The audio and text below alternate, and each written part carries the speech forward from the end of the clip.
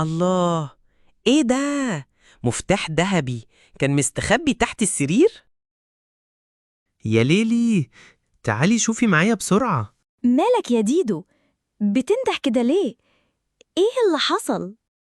المفتاح ده شكله مش عادي خالص يا ديدو. حاسة إنه بيفتح حاجة مهمة قوي. شكله مفتاح سحري بيلمع.